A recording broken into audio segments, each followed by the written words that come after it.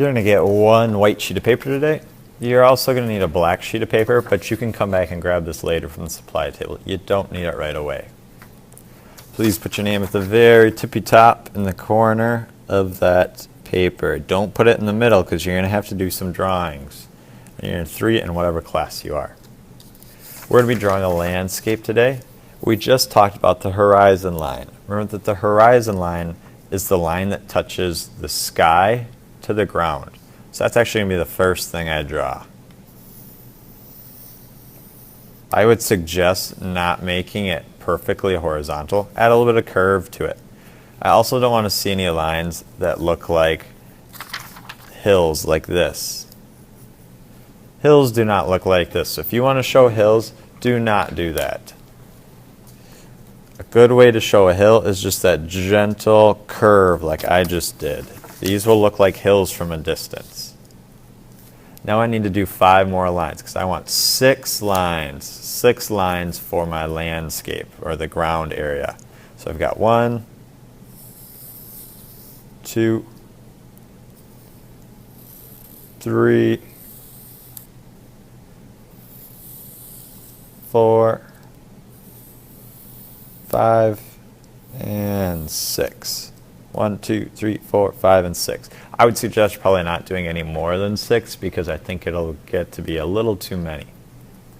Next I need to add a sun. Remember, a sun's going to be a circle. From there you need to add 4 lines around your sun. So I would start closest to the sun. I got 1. They don't need to be perfectly circular. You can see I'm going to make mine kind of wonky shaped. 2, 3, and I need to do 1 more, and 4. Notice that it's okay if those lines bump into my landscape line because that you can assume that that sunlight is dipping underneath the horizon line. So I've done 1 drawing. I need to do 1 more. Flip it over, and you need to make another landscape. So I'm going to do some hill or some mountains. Your mountains are kind of shaped like, or if you want 2 mountains, it's kind of shaped like an M. Do something like this. So I've got my horizon line is going to be along part of the mountains as well as along the hill. So I've got 2 lines. 3, 4, 5, and 6. So there's 1 ground. Once again, got to make my sun, which is a circle, and then my 4 lines around it. 1, 2, 3, and 4. Right, so 6 lines for the land area, 4 lines around the sun. Then you need to bring it up to me, and you need to have decided which one do you want to make your artwork. All right, so I'm actually going to choose this side.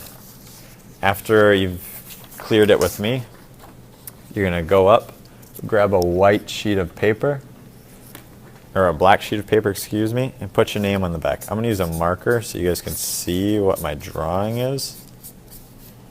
And 3. You will be using a pencil, obviously.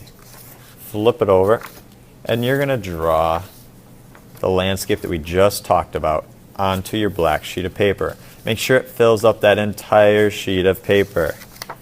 I would start it the same way you just did. So you probably want to start with the horizon line.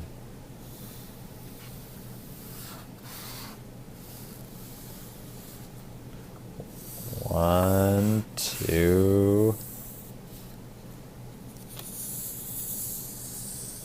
3, 4, 5, and 6. Remember, 6 lines for the land. Let's see what mine looks like. Then I need to do my sky.